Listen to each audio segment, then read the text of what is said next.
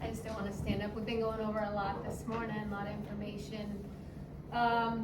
So what are your guys' thoughts on or girls too also, on this billet banding? You like it? Don't like it? Love it. Love it? Love it. Yes, I would have loved it a couple of years back. It would have been great. Yeah. Do you know why, one of the reasons why we went to that billet banding in the first place? Can't fill it. No, not necessarily that we can't fill the billets. And now, all actuality, we lose a lot of our senior CSs to warrant officer. And like, you know, I want to be over that way. And we don't want to lose that experience, the skills and the knowledge of those folks. Not that going more is a bad thing. But we need them on our larger cutters. We need that experience out in the field. And so then that way, that billet banding will give our senior leaders an opportunity to fill other billets. Right now, we have about 32 senior chiefs, and I believe it was last year, a year before, I think there were 3 transfers, and they were all flow billets. By the time you get up to that level, the majority of them, we have over 10 years sea time. And they want that work-family life balance. And so that was one of the big pushes that we were able to get done, and we actually had that done before leadership came down to us and, you know, wanted to put that in place, and we were already a step ahead above that. So I'm glad that that's all positive favor into that change. Also, you've heard this morning about potential temporary permanent closures of some of our shore dining facilities. As you know, the assignment officers were telling you, programs telling you about, ACE schools telling you about where we are critically of our members. Believe it or not, before COVID happened, we were actually teetering that stress level. We were actually doing better than we had in years. But COVID kind of hit us pretty hard. We had to minimize class sizes. And Coast Guard wide rating wise, non-rates, even just getting folks in. I think the recruiting mission's over 4,000, and I think we're just barely meeting about 2,800 a year. So we're not only rating that's hurting. Who in this room would ever thought BM would have been critical, right? So it's hard. It's really hard for us. We're back in that critical state. The funny thing is, who in the room knows about the new $500 bonus, recruiting bonus, right? Do you know where that idea came from? It actually came from me. I actually went over to the recruiting command, and I actually had that as an initiative for CSs. Like if I had folks, recruiters out there to get Coast Guard members to get a member in to become CS, that they would get a $500 bonus. But then next thing I know, I'm going to Chiefs call them, and they're saying, oh, they're going to give, you know, anybody $500 to get them into any rating. So kind of bit us in the butt, but overall, Coast Guard wide, it's a good thing. But yeah, with these permanent closures, temporary closures that might be coming down the pike, it's hard, especially with all the critical fills that we have, the current workforce that we have. Myself, program, have been given direction to circle the wagons and get our CSs in the right places where they need to be, so they're not getting beat up. Every cutter out there, I think we're still gapped at least 1 CS. And so we want to mitigate, you know, really burning out at the current CSs that we currently have. People say, well, why don't we take the MWR and these housing jobs and get them into, you know, CS work? Unfortunately, if we were to do that, it would kind of mess up our sea to shore ratio. So we have to keep those billets. And then if we were to take them from there, someone else would have to do that job. So that's another fight. We would have to go with other ratings to get those filled. And again, it wouldn't do any good for our sea to shore ratio for those folks. Then also, they talked about the RPs up to make more billets. Unfortunately, it takes years for us to get more billets created, and it's even harder when we can't fill the billets that we currently have. And So along with that, we have our, the schoolhouse. I can't thank you enough. Master Chief Ball, Senior Chief with the C schools, working these programs. Our RPQs, our curriculums are in a good place. We're doing really well with that. You've got the courses up for ACE review, which is amazing. Hopefully everyone in this room knows how to go get their joint service transcripts downloaded, and then work on your professional development degrees and such. And I know for the instructors, I was here as an instructor over 10 years ago. I know how hard it is, especially when you only have 4 folks in an A school class, and you have to not only instruct, but you also have to pick up the gaps in operating a dining facility for a training center. So I really appreciate the work that you guys are all doing here and girls. They said that the special duty message just came out. So basically, any afloat FSO will get this pay, and the new bonus message should come out too for our entry level and critical skills training bonus. I was able to get them to increase it from 20,000 to 30,000. So that applies for folks going boot to A. It applies for non-rates coming in, going through A school. They'll get that $30,000 bonus. The credentialing degree we talked about, that got bumped up from 30 to 35, and then the college degree is going to stay at 40. You're going to notice on the message that's going to come out, the FSO kicker will no longer be on that message because of the special duty pay that was approved for all the afloat FSOs. And then also you're going to see a separate message, and again, like the AO mentioned, they had the new RFMC solicitation. I have 1 more year. I just went over 30. If you do get selected as a Rainforest Master Chief, you can go over 30. The yeoman that just retired, she was at 33. So you're allowed to obligate a full 4-year tour for that, and if it puts you over 30, you can still keep going. So just keep that in mind. And it's a great job. You can have great impact in the job. I've been in the building now for 8 years. I worked with Program before I took over this job, and you get to be involved in a lot of initiatives and a lot of positive impact for our rating. The funny thing is 8 years ago when I reported to Program, I was there with Mr. Chad Adams, and how we got the product line stood up, got more folks over at FINCEN, was folks came to our office, and the reason we got the spotlight put on us is because they weren't happy with the amount of transactions we were making on our credit cards.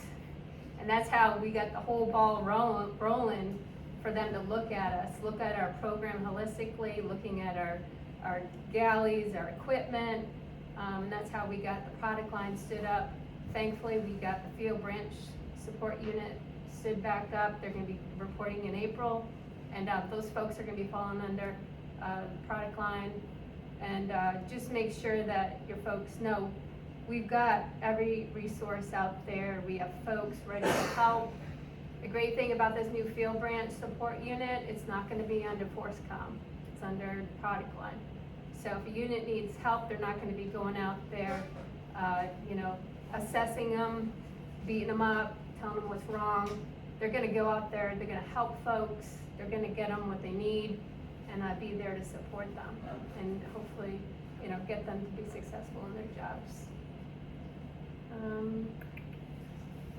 We talked a little bit about not a little bit, but we talked about the new E5 lateral program, the Agile A schools. Again, even pre-COVID, we were having those discussions, talking about Yorktown being potentially an A school site. So when the Commandant's 100-day plan came down and said that she wanted this new lateral entry program, we already had the pieces in place.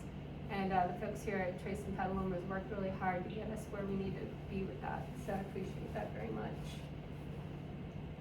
C schools, we talked about PI, PBA. So you'll notice in the new message that just came out for that SDP pay, They're gonna need to have, the FS 18 competency code within a year after they report, or else they're gonna get that SDP taken away. So that's really gonna push folks into getting that PI course. So if they're afloat and they don't have that competency code, they're gonna need it to continue their SDP pay.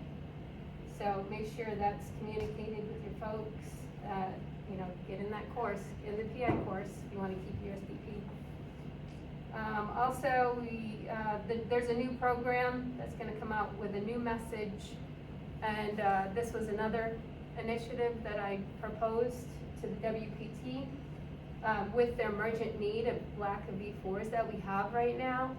We have over 20 CS recruiters in the field right now, and they were saying, they would get folks in the office, they wanna be like an ME, MST, some of the longer A-school lists, and they didn't wanna wait, they didn't wanna come in and be a non-rate, so they would leave and go enlist in another service.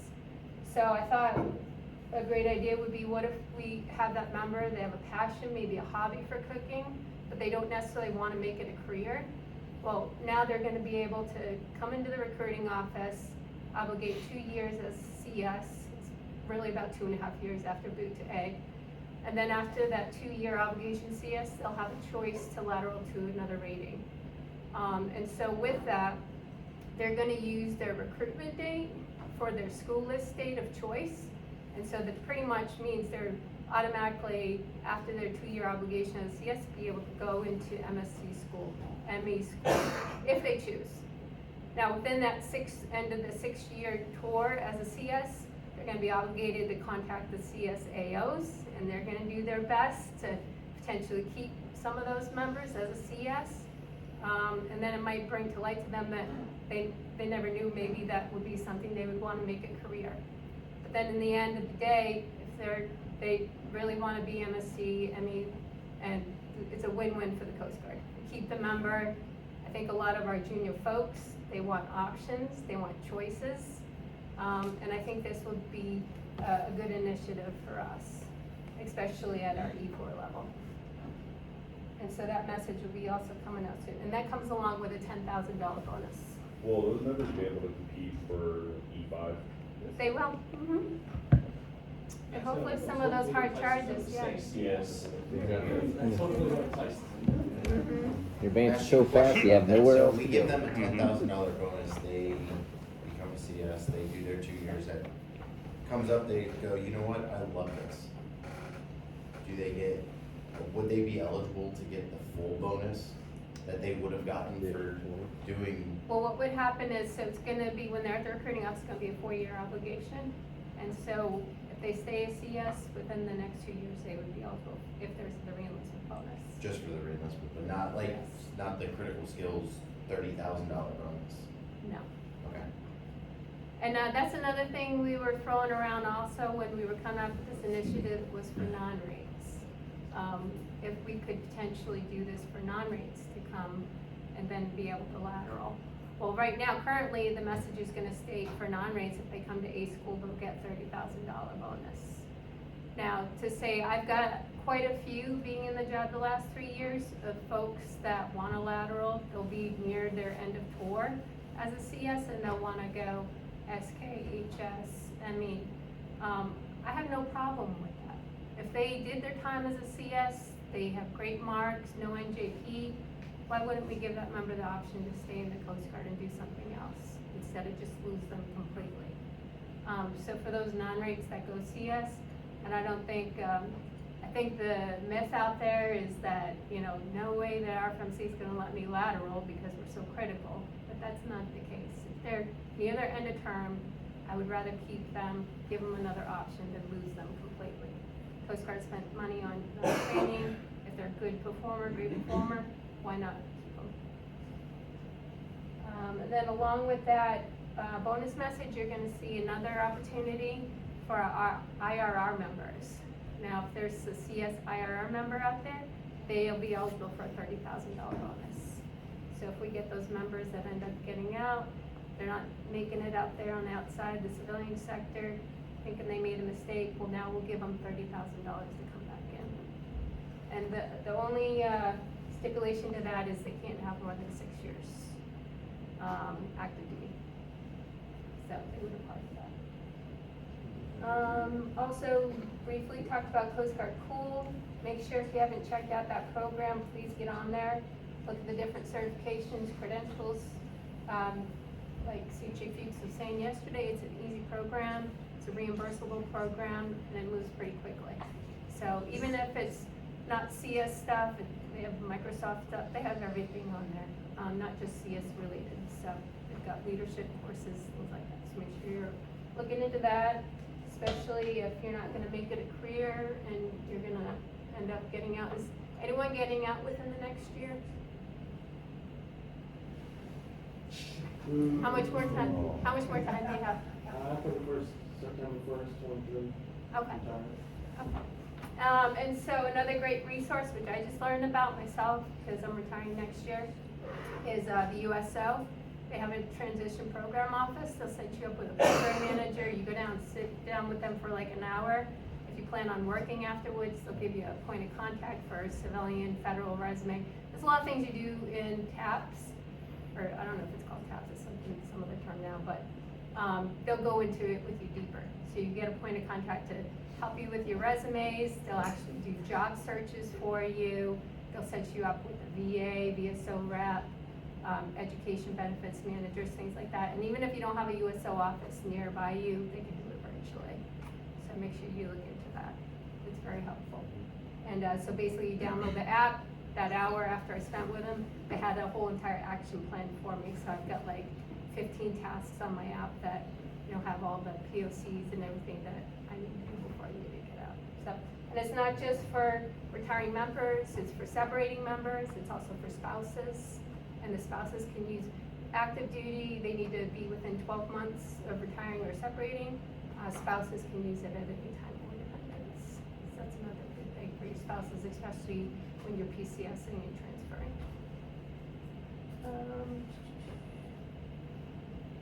And just lastly, like I said, the solicitation message came off my job. It's been very rewarding.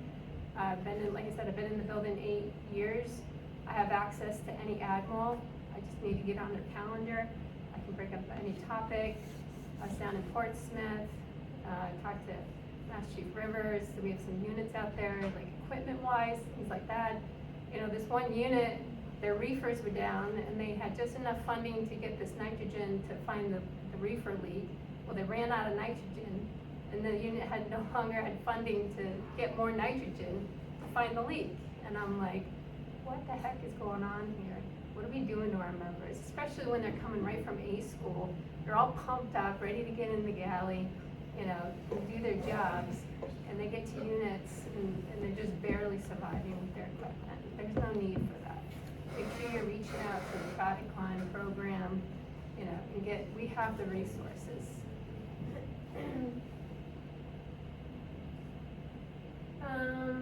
And then also for the job, I hope you all know you no longer have to be TOEL complete for Marine Force Master Chief. Any Master Chief or above the cut is able to apply.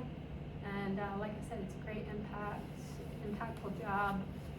Things for folks, senior chiefs in here that may be coming up for the MCAP board. Make sure you have your competencies, your awards, your award write-ups, all in your EPDR. Make sure all that stuff is in there so that you get a great look taken of you and you can see what you've done in your career. But yeah, this job should be the pinnacle of your career. I think we had, you know, they had to do the resolicitation because a lot of the other ratings had no applicants. So there were 6 RFMC jobs posted that are due to rotate. It was 4 total applicants. For all the jobs, we had 2 within the CS. Again, leading the way. That's not good. Yeah. Let's just say the fact that we have You don't want me as our six deputy, That is why Keep me you over like here in my little soliciting room. every Nope. single person. They're bringing you You back. should do it like the officers. Just become generalists, like become an RFMC. The CSs could do, you know. I'm trying to force warrants to become the RFMCs now. Can you leave Ready here? to force warrants. Yeah. Ready to force warrants, let's hear it. Everything was going good today until you talked. That's why we like your brother. He's underway. But no, I remember 10 years ago when I was here and DC was scary to me and was like, I am never going to DC. And, but it's actually, like I said, it's very, very rewarding. And, you know, you get the same gripes. Parking sucks, food stinks, still trying to take over that contract, which I don't know if we'll ever will, but it is a great job, being professional growth that you learn. So just to put that pitch out there. I'd like to Master Chief Ball and Senior Chief Lyons to come up, please. I just want to thank them very much because we are leading the way. And TRACEN Petaluma here has done an amazing job with our curriculums, our RPQs, and just keeping us in the forefront. And I can't thank you guys enough for all the work that you've done. Thank you very much.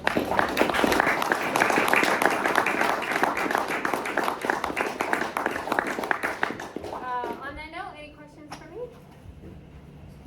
Master Chief, for the CS, AT competency code, is that going to be retroactively accepted for the course before it went virtual? They can go ahead and send me a memo, and I can look at their career, and then I'll have to talk with Senior Chief Lyons and see if they would be eligible for that. All right. One other question for the E8, E7 banding. Is there going to be a difference in the ratio ashore and underway? And how will that affect as far as E7s having a higher priority putting in for some of these jobs? Well, do you want to take that one? So are you talking about the seashore ratio across the board? So for E8s, prior to bill of banding going into effect, currently, right now, current state is they're 46% seashore for senior chiefs. Chiefs is what, 32? No, that's what it's going to. No, it's current. Current, okay. I thought something would drop to. Drops to them. So, either way, senior chiefs, you know, this past year, we had 6 underway jobs, if not more, 2 to 3 land jobs for senior chief. With the bill of banding, obviously, we're opening up a lot more opportunities for senior chiefs to go to land, by all those, with 25 total NBCs, say, OBCs coming online, replacing those, 9 current Winslows, Polar Star. So now the seashore is actually going to drop for them. In regards to the priorities, I believe you're correct, yeah. All these colors have priorities. You know, that's not going to change. Senior chiefs will not out-compete just because they are a senior chief. As long as you go priority, followed by the marks, followed by the other 12 assignment priorities, that's how that's 8. Now, there are certain jobs that we see, you know, C-school, you know, leading things of that nature. M1000 decimal 8 is in the process of being revised to put job requirements in place to fill those positions. SPL, field support branch, things like that, where there's a higher need for competency, need to have a serve on multiple platforms, or things of that nature. That is going to be taken into consideration for those jobs. But as your question of privatization, it's going to work the same way. It doesn't matter whether they're a E7 or a E8. So your seat ashore question, I'm just trying to wrap my head It around. drops it across the board. Just seeing where the percentage was and how it's gonna change. Yeah. Okay. Senior chief will get that. That's the whole point. Question on SDP. Yes. The message was released. Are MECs on there? So the message doesn't have them. People are already hitting me up asking me to count. That didn't take long. I'll pull my memo. What's that? I'll pull the memo, but it was on. Okay, that's what I thought it was. Yeah.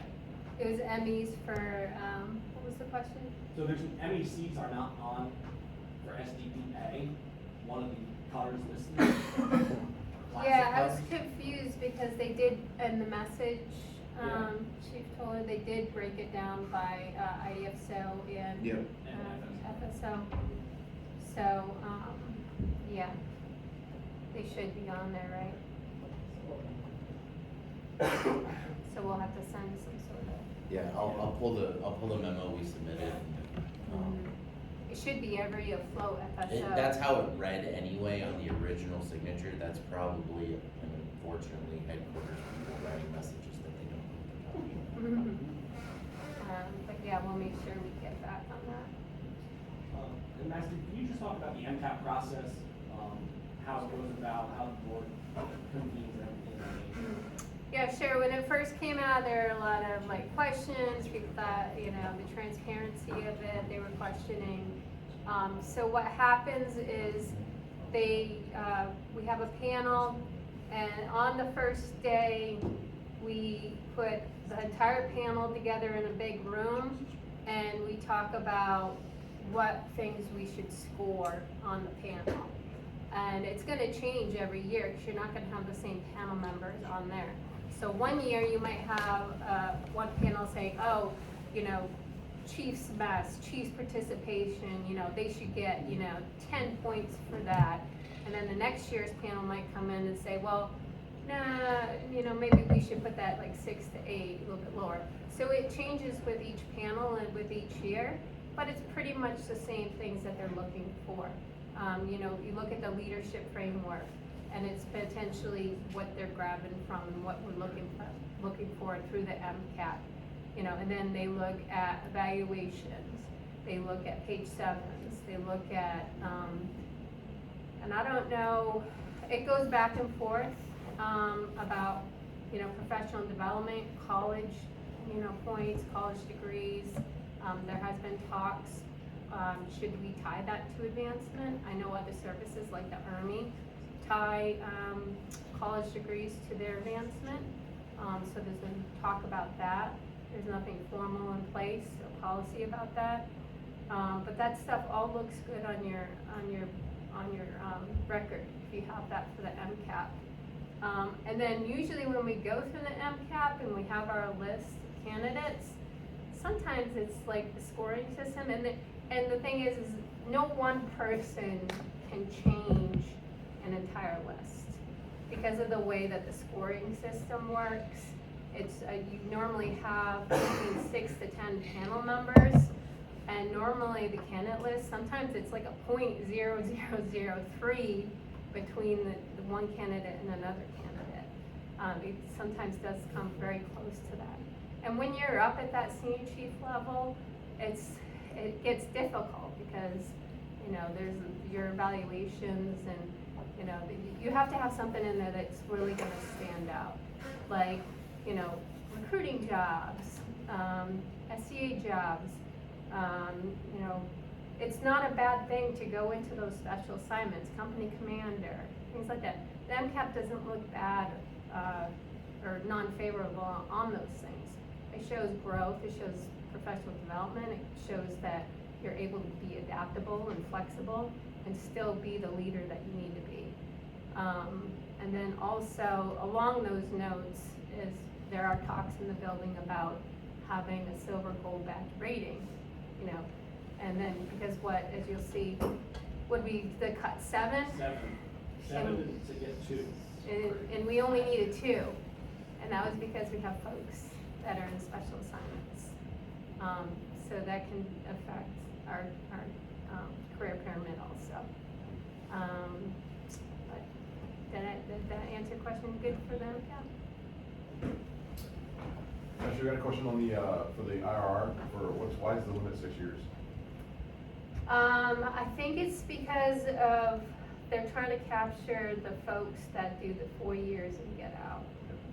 Okay. And so we're trying to get those folks buying in to come back in. And it's a Zone A bonus also. Okay. And Zone A has to be 6 or less. Okay. Yeah. I have a question. Has there been any conversations about like a 1-3-1 program for CSs?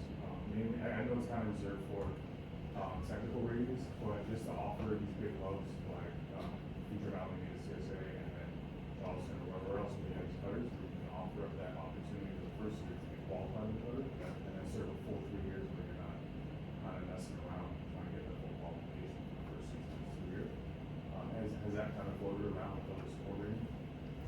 It hasn't to us, not yet.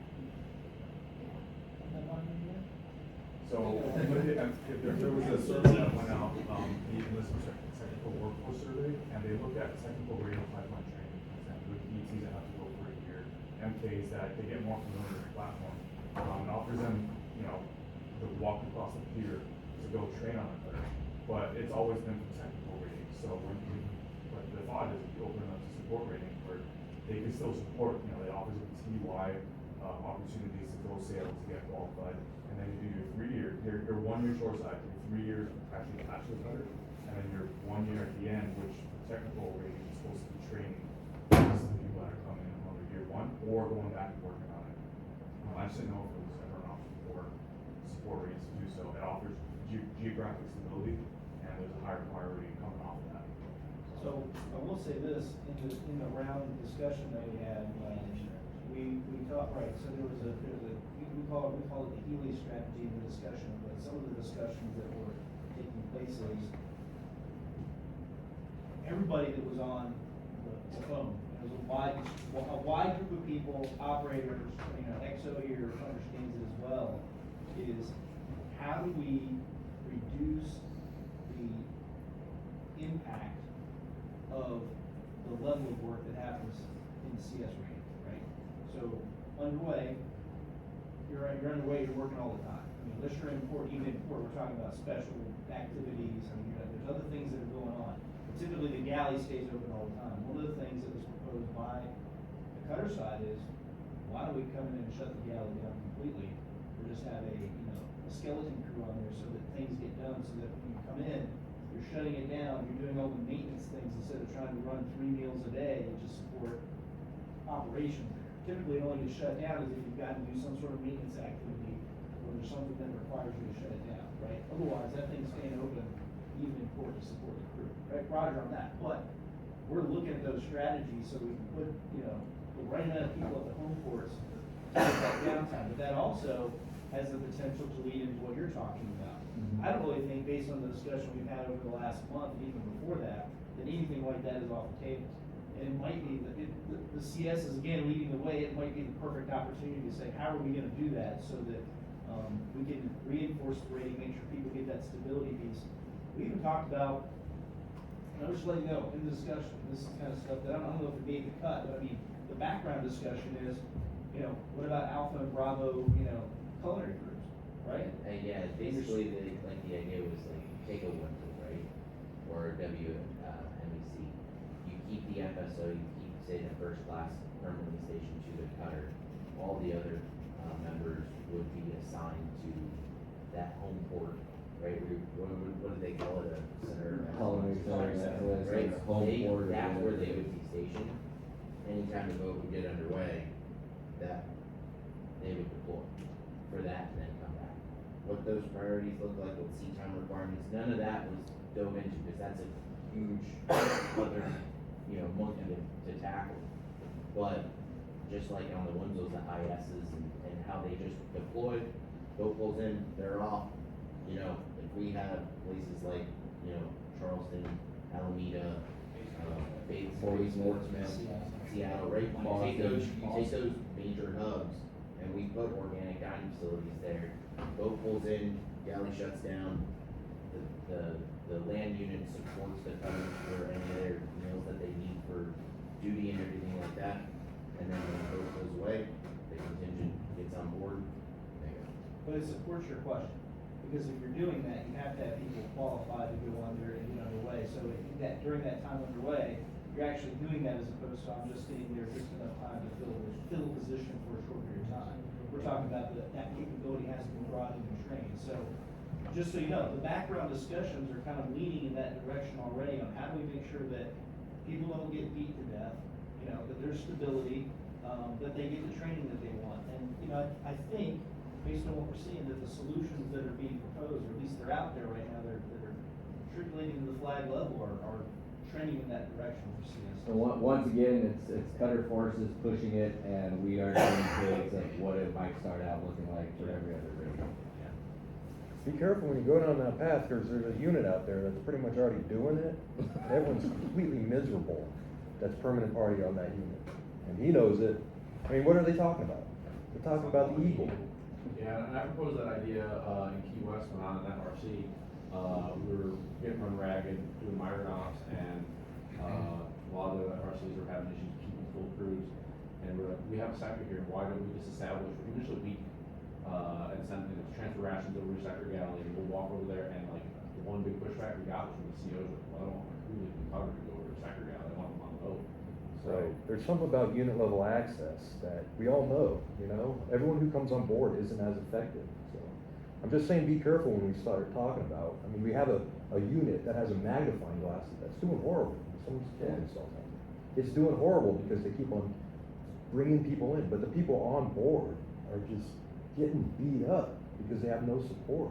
3 cooks trying to support themselves with 6 guys coming in, you know, it's hard. And when I'm just saying, we gotta be careful when we're looking at these things, and if you want an example, I mean, I like new ideas, I like change, but take the example and don't do what they're doing, you know, make sure it's done right, cause that boat is just done wrong. Well, that boat is done wrong, and it doesn't have the infrastructure to support the plan that is currently running. It's a makeshift, like slapping plaster in a pothole. It's not gonna hold for long. It's wrong, so use that as an example. Don't come up with an idea and go, this is gonna work. We'll take a chief first and a third, and then we'll just bring some guys in to help them when we gotta work them. It's like impossible to keep up with. Well, that's a good point. You and I talked about this when you were, was it last summer you were on the way out? We had the discussion. We've gone to Dahl, the director of operational logistics, who's like the pointing into the spear for DCMS, right? And there's plenty of bandwidth within the base enterprise to bring, even reservists, okay? Now look, we've tried to deploy reservists to a number of things. We were recently shot down for OPS, and I'm like, if we can't use reservists to backfill a galley ashore, right? Just to go 2 weeks of active duty and just be in the galley to send a fully qualified person forward, I'm not against reserves, but I'm against reserves that are absolutely not supporting the rating. Don't sit out there and draw E9, E8, E7 pay, 1 weekend a month, or whatever the hell, how many 45 days a year, which is what they're getting. And then go, and then be like, oh, God, I can't do anything, right? We know that as well. We had reservists when we were on board. They don't even have reservists. Dahl needs to have, and DCMS needs to say, and we've said this, last chief knows this, I've said it over and over again.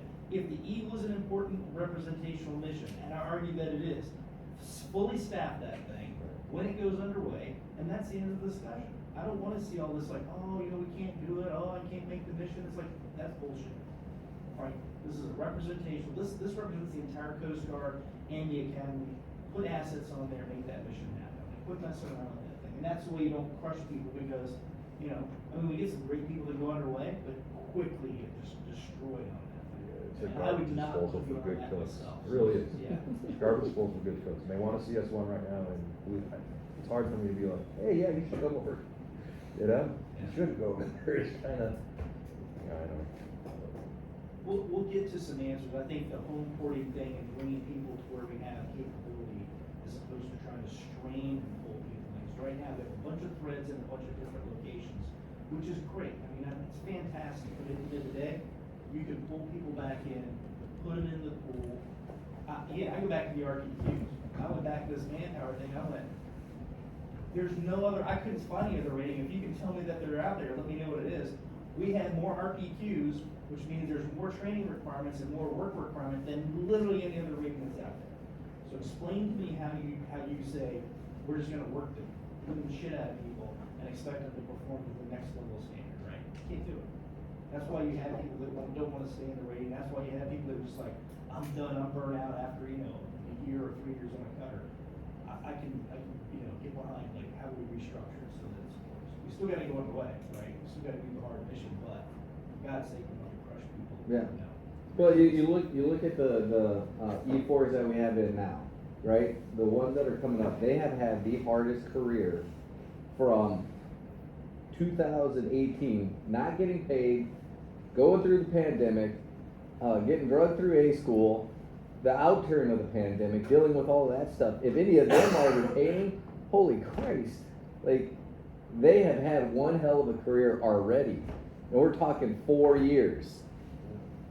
So are we gonna go into question and answers? Yeah, I let's wanna do finish that. this off. She's standing up there like, oh. I'm good, let's open it up. Do we need to take a break and then come back to a question and Yeah, answer? let's take 10, be back at, 2-0, I'll take 7 minutes.